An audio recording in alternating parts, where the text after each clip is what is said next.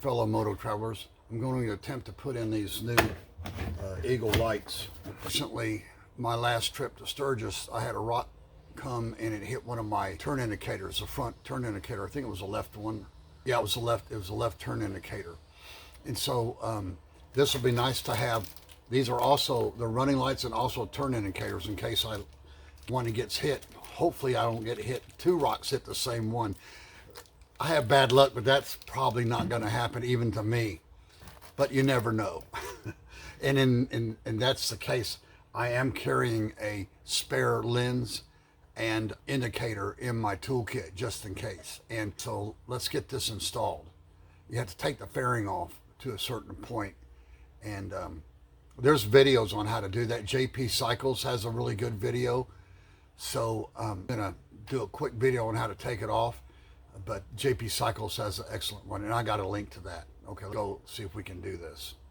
I downloaded the instructions from the Eagle website, so that kind of gives you, tells you what you need to do. I'm going to follow instructions. Sometimes they work, sometimes you have to do a little more. So let's just see.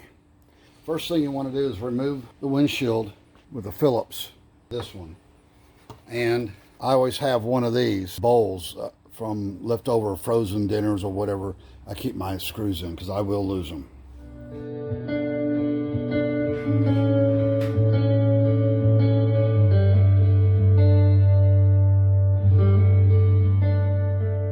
Now my screws are going to be a little different than yours. I have these spacers, and that came from another windshield I bought that didn't work, but the spacers are nice. It keeps it from pressing too far onto the windshield to crack it, so don't crack it. So I have these little spacers, and you could make these. I can measure them and give you the dimensions of that little spacer.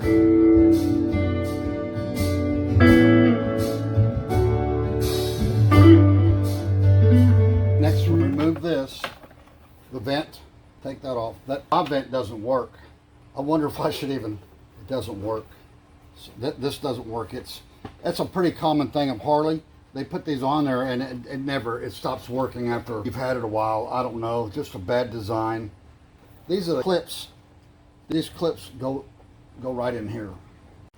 Next thing you want to do is remove the speaker grills. I don't know if y'all can see this very well, but you can use a small screwdriver. There's one right here and one right here. You got to pop those out first on the inside. There's one.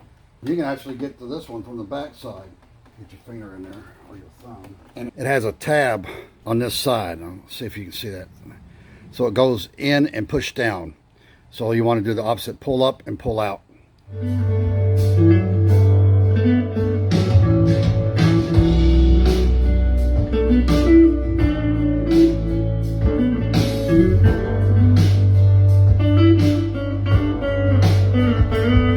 You see where I put that one and that one back in, and that's going to hold the fairing up so it doesn't slip and fall. They say put a towel on your fender. I would if I was working on somebody else's bike, but this is my bike, and I'm not going to go grab a towel and put it on the fender because I'm not going to let it hit my fender.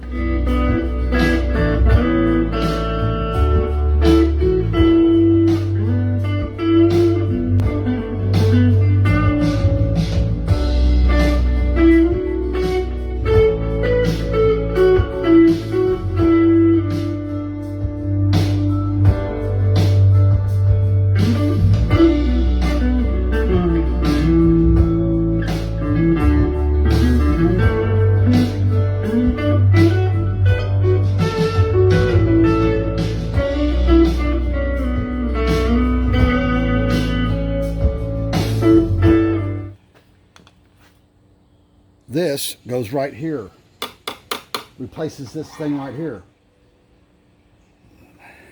That goes right there.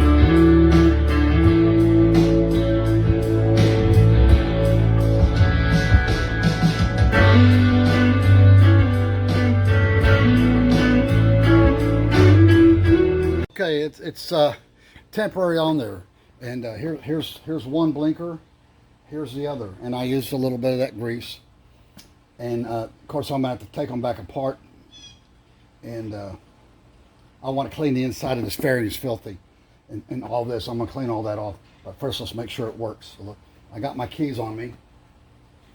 Okay, here goes. Oh, that doesn't look bad.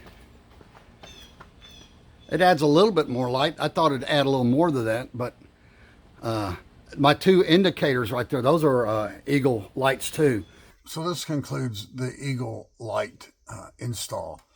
I guess you would want to, you can call it a vent light or side headlight, whatever, but it's pretty easy to install.